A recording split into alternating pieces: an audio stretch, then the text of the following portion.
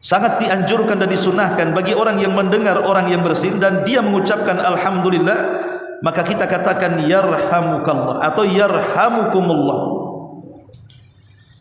Kemudian disunahkan bagi orang yang bersin, karena pemese bersin haji alhamdulillah, antum katakan yarhamukallah, berarti kan antum sudah berbuat baik kepada saya, mendoakan bersin saya. Maka sebagai timbal baliknya, maka bagi seorang yang bersin harus menjawab dengan mengatakan yahdikumullah wa yuslih balakum atau yaghfirullahu lana wa lakum. Kita katakan semoga Allah memberikan hidayah dan memperbaiki kamu, atau kita mengatakan semoga Allah mengampuni saya dan kamu. Sebagai jawabannya yaghfirullahu lana wa lakum, semoga Allah mengampuni dosa kami dan engkau.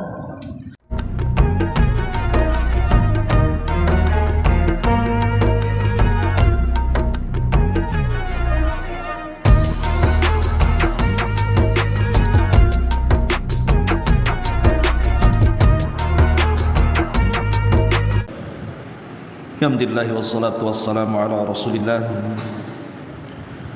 wa ala alihi wa sahbihi wa mawalah wa la hawla wa la quwwata illa billahi wa ba'd. Alhamdulillah, di malam hari ini kita bisa kembali duduk bertalabul ilmi di Masjid Nidaul Ilmi, dan pembahasan di malam hari ini kita akan membahas tentang 7 orang yang tidak boleh didoakan saat bersin. Ada 7 orang kita tidak boleh mendoakan saat dia bersin. Ma'asyiral muslimin yang dimuliakan Allah Subhanahu wa taala, siapa 7 orang ini?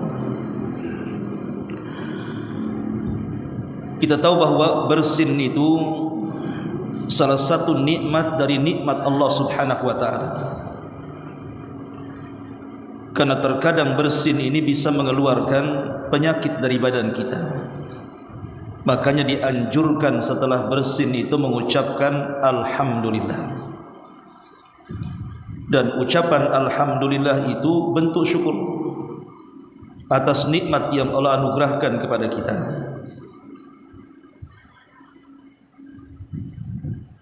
Ma'asyiral muslimin yang dimuliakan Allah Subhanahu wa taala. Kemudian yang kedua,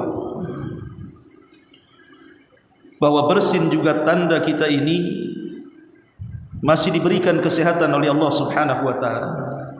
Artinya kita masih diberikan kesempatan hidup sehingga kita bisa bersin. Dan sejarah bersin ini sendiri serta ucapan alhamdulillah dan jawaban bagi orang yang mendengar yarhamukallah itu sudah ada sejak zaman Nabi Adam diciptakan oleh Allah Subhanahu wa taala. Jadi saat Adam ditiupkan ruh, kemudian sampai ke tenggorokannya, maka Adam bersin. Maka Allah Subhanahu wa taala memerintahkan Adam untuk mengucapkan alhamdulillah. Maka Allah Subhanahu wa taala berfirman kepada Adam, yarhamuka rabbuka, Rabbmu memberikan rahmat kepadamu. Maka sejak itu sampai hari ini mengucapkan alhamdulillah bagi orang yang bersin adalah salah satu dari syariat Islam. Bahkan menjawabnya atau mendoakannya bagian daripada hakul muslim ala muslim, kewajiban seorang muslim kepada muslim yang lainnya. Sebagaimana Rasul mengatakan hakul muslim ala muslim sittun, hak muslim kepada muslim yang lainnya ada 6 perkara. Salah satunya idza atisha fahamidallah fashamithu, apabila dia bersin kemudian dia memuji Allah, maka kita mendengarnya, yang mendengarnya harus mendoakannya dengan kata-kata yarhamukallah. Berbeda dengan menguap. Kalau menguap itu dia adalah bagian daripada syaitan. Makanya kata Nabi SAW, fa idza tatha'aba ahadukum falyaruddahu mastata. Kalau salah seorang di antara kalian menguap, tutup sebisa mungkin. Tutup sebisa mungkin. Kenapa? Karena kalau kita tidak menutupnya, dhahika syaitan. Rasul mengatakan setan akan mentertawakan kita dan mengejek kita. Ma'asyiral muslimin yang dimuliakan Allah Azza wa Jalla, kembali ke tema. Siapa 7 orang yang tidak boleh kita doakan kalau dia bersin? Yang pertama, orang yang saat bersin dia tidak memuji Allah Subhanahu wa taala. Kalau di hadapan kita ada orang bersin, kemudian tidak mengucapkan alhamdulillah, maka kita tidak perlu mendoakannya. Karena kewajiban kita mendoakan seorang muslim saat bersin itu kalau dia mengucapkan alhamdulillah. Kalau tidak mengucapkan kalimat alhamdulillah, maka tidak ada perlunya kita mendoakan dia. Ini yang pertama. Kemudian yang kedua, apabila yang bersin itu seorang wanita ajnabi, wanita yang bukan muhrim kita, dan dia masih muda, kemudian bersin di samping kita, walaupun dia mengucapkan alhamdulillah, maka para ulama mengatakan tidak perlu mendoakannya, karena itu sarana fitnah. Sebagaimana disebutkan oleh sebagian para ulama, kecuali kalau wanita yang bersin itu sudah tua, yang kalau kita mendoakannya tidak terjadi fitnah. Ini kelompok yang kedua. Kemudian yang ketiga, orang kafir. Kalau ada orang kafir bersin, maka kita tidak perlu mendoakan orang kafir. Anggaplah orang kafir ketika bersin tahu-tahu dia mengucapkan alhamdulillah. Apakah kita juga tetap mendoakan yarhamukallah? Maka ulama mengatakan kita tidak boleh mengucapkan yarhamukallah, tapi kita boleh mendoakan yahdikumullah. Semoga Allah memberikan hidayah kepadamu. Karena di zaman Nabi disebutkan dalam hadis Abi Musa al-Ash'ari radhiyallahu an, kana al-yahud yata'atasuna inda Nabi sallallahu alaihi wasallam yarjuna an yaqula lahum yarhamukallah. Orang Yahudi di zaman Nabi itu sengaja mereka bersin di sisi Nabi. Mereka berharap Nabi sallallahu alaihi wasallam mengatakan kepada mereka setelah mereka bersin, yarhamukallah. Tapi Nabi sallallahu alaihi wasallam diam dan tidak mengatakan yarhamukumullah. Tapi Nabi kemudian mengganti doanya dengan yahdikumullahu wa yuslih balakum.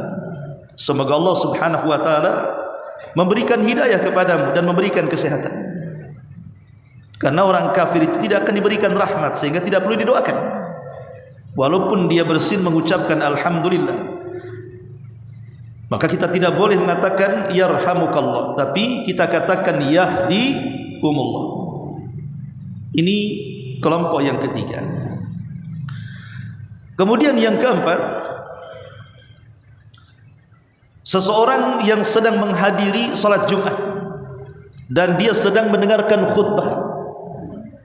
Jadi kalau kita ini sedang salat Jumat dan sedang mendengarkan khutbah, artinya imam sedang berkhutbah.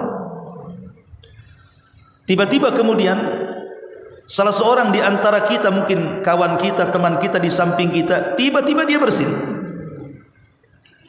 Maka para ulama mengatakan walaupun dia mengucapkan alhamdulillah, kita tidak boleh menjawab yarhamukallah.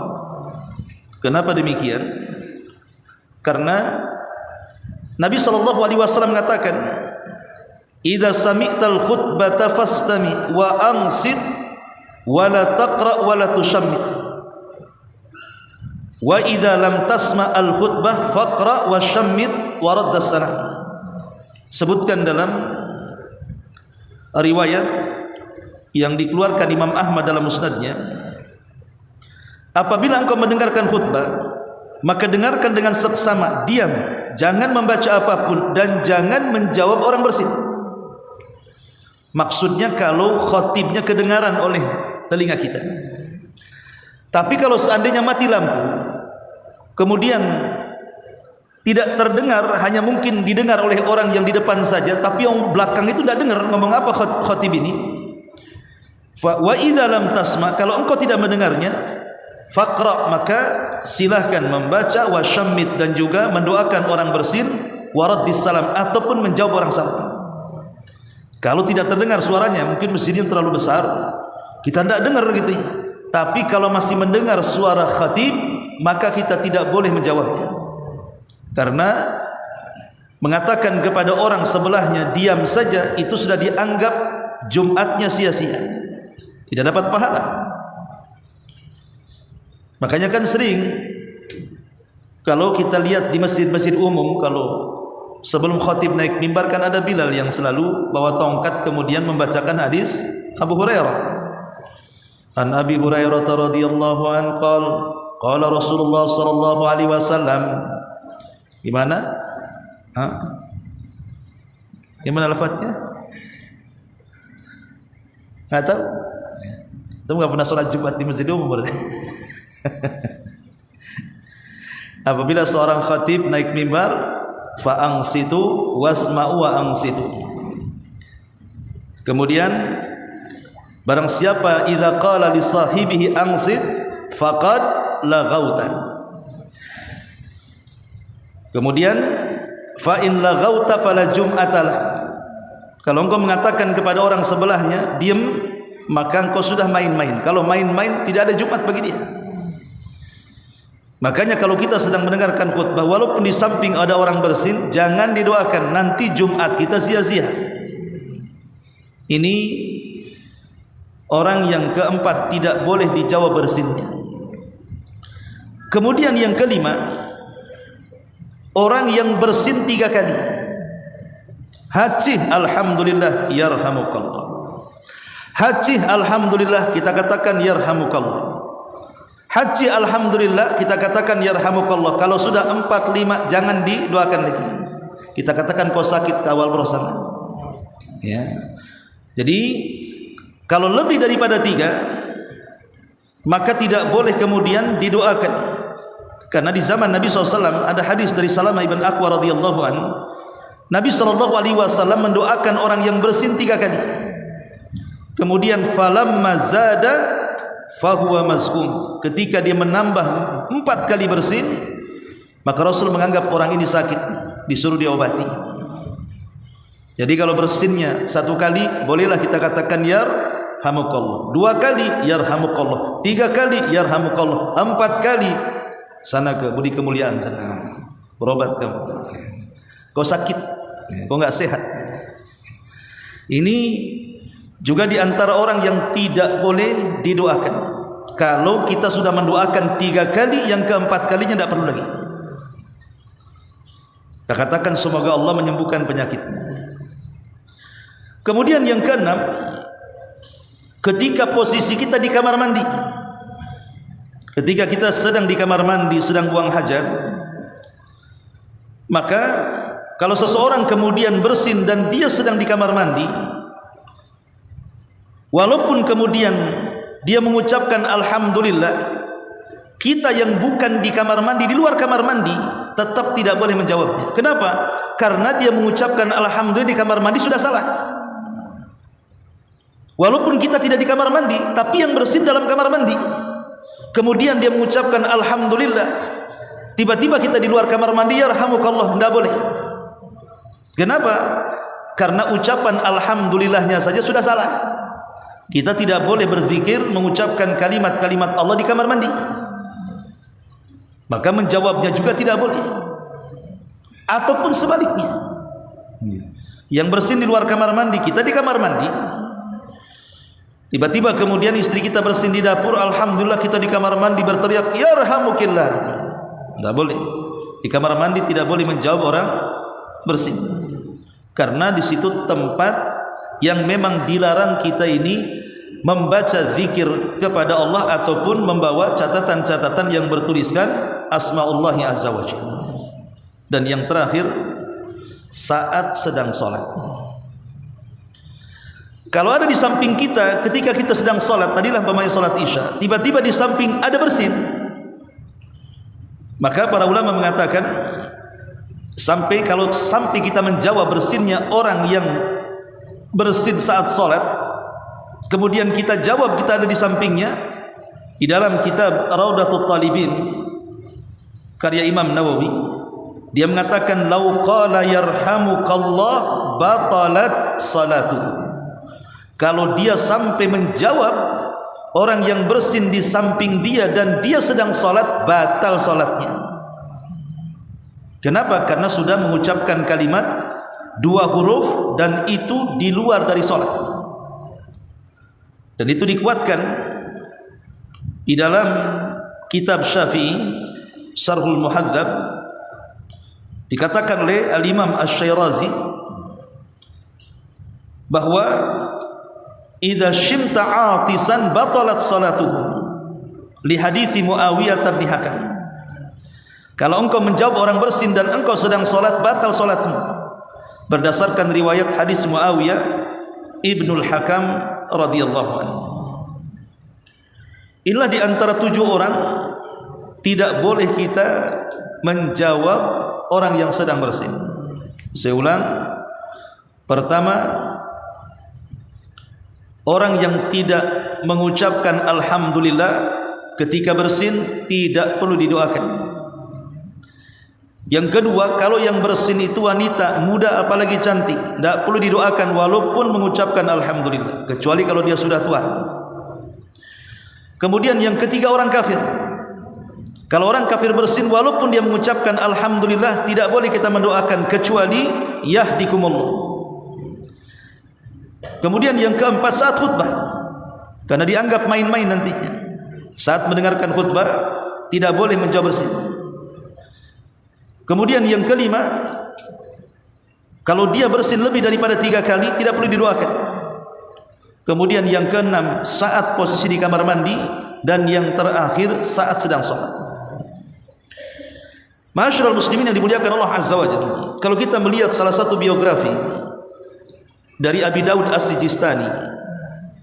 Abi Daud As-Sijistani ini seorang pengeluar hadis. Makanya kalau kita membaca hadis, rawahu Abi Daud, rawahu Tirmidzi, rawahu Al-Bukhari, Muslim, dan begitu seterusnya. Itu disebut mukharrij. Lah dalam biografi Abi Daud rahimahullahu taala, saat dia masih belajar, masih talabul ilmi, rihlah dari satu tempat ke tempat yang lainnya untuk mengumpulkan hadis Nabi. Jadi satu hari dia melintasi satu sungai yang cukup lebar sungai itu, dan tidak bisa melintas kecuali dengan perahu. Maka dia pun naik perahu dengan ongkos 1 dirham. Maka berangkatlah kemudian perahu itu. Ketika di tengah-tengah sungai, Abi Daud As-Sijistani mendengar ada orang yang sedang bersin di ujung sungai dan dia mengucapkan alhamdulillah. Maka dia mengatakan kepada nahkoda perahunya ini, bisa enggak engkau dekatkan aku ke orang bersin itu? Kata yang punya perahu, enggak bisa. Kalau engkau ingin ke sana tambah ongkos, katanya. Akhirnya kemudian dikasih 2 dirham. 2 dirham. Tolong antarkan aku ke dia. Maka kemudian diantar Abi Daud ini sampai persis dengan orang yang dekat dengan orang bersin tadi. Setelah dekat, maka Abi Daud mengatakan yarhamukallah. Setelah dia mengatakan seperti itu, dia mengatakan kepada orang yang punya perahu, ayo kita jalan lagi, katanya. Hanya untuk menjawab bersin loh, sampai dia nambah ongkos kapal. Begitu para ulama, karena kita tahu bahwa mendoakan orang yang bersin itu hak muslim masalahnya. Dia hak muslim yang harus tunaikan kepada muslim yang lainnya. Sampai Abi Dawud mendekati orang bersin sampai dia harus menambah ongkos tuh, karena tahu dia adalah hakul muslim ala muslim. Begitulah para ulama ketika mereka mengamalkan hadis Nabi SAW. Secara singkat, adab bersin ini ada 8. Yang pertama, tashmitul atis haqqun ala muslim. Mendoakan orang yang sedang bersin itu adalah kewajiban atas muslim yang lainnya, berdasarkan hadis yang dikeluarkan Bukhari Muslim. Yang kedua, an yahmadal atish rabbah. Hendaklah orang yang bersin itu saat bersin dia memuji Allah Subhanahu wa taala, katakan alhamdulillah. Berdasarkan hadis Nabi sallallahu alaihi wasallam yang dikeluarkan Bukhari dari hadis Abi Hurairah radhiyallahu an, idza atisha ahadukum falyaqul alhamdulillah.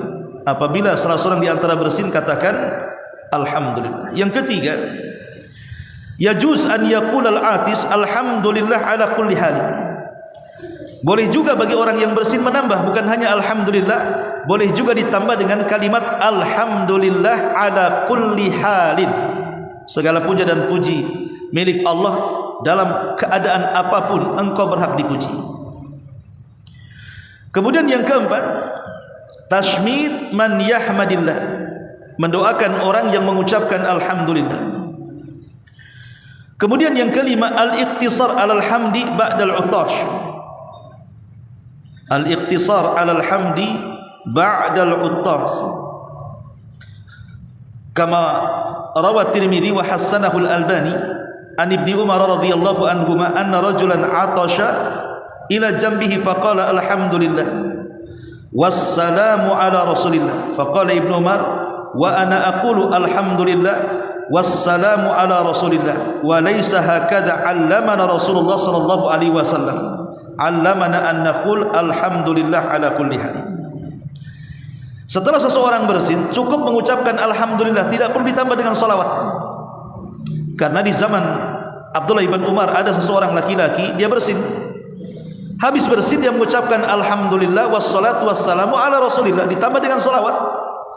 Maka Ibnu Umar mengatakan, bukan begitu ajaran Nabi. Ajaran Nabi cukup mengatakan alhamdulillah ala kulli hal tanpa menambah wassalatu wassalamu ala rasulillah. Walaupun salawat baik, tapi diletakkan di tempat yang tidak tepat jadi tidak baik, karena hal itu bertentangan dengan ajaran yang dibawa Rasul, bisa terjatuh kepada perbuatan bid'ah dalam Islam. Ini yang kelima. Yang keenam, yustahabbu likulli man sami'ahu an yaqula lahu yarhamukallah. Sangat dianjurkan dan disunahkan bagi orang yang mendengar orang yang bersin dan dia mengucapkan alhamdulillah, maka kita katakan yarhamukallah atau yarhamukumullah.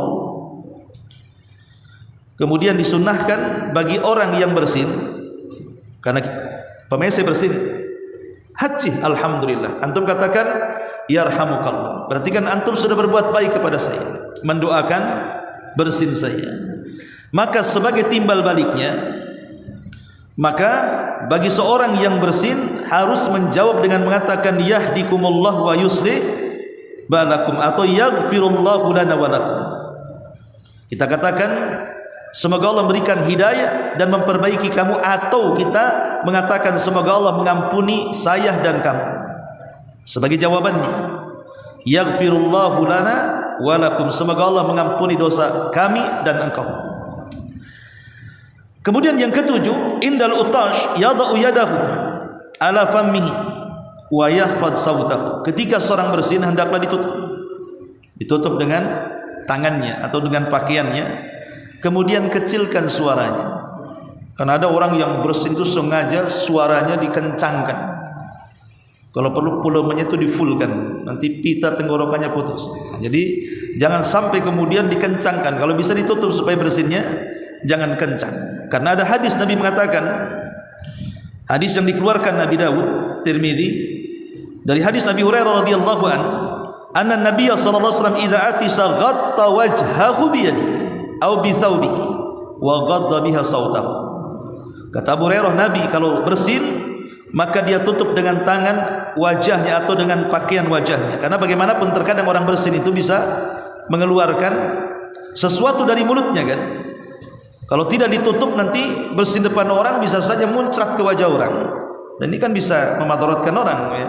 Makanya ditutup, kemudian pelankan suaranya. Dan yang terakhir, idza taqarrara al-utas min insanin mutatabi'an fa sunnatu an yushammitahu likulli marratin ila an yablugha thalatha marrat. Apabila berulang-ulang orang yang bersin, maka sunnahnya tetap kita doakan kecuali kalau lebih daripada 3 kali bersin. Inilah di antara hukum seputar bersin dan 7 orang yang tidak perlu didoakan saat bersin. Wallahu a'lam bishawab. Subhanaka wa bihamdika asyhadu an la ilaha illa anta astaghfiruka wa atubu ilaik. Allahu ta'ala alam. Assalamualaikum warahmatullahi wabarakatuh.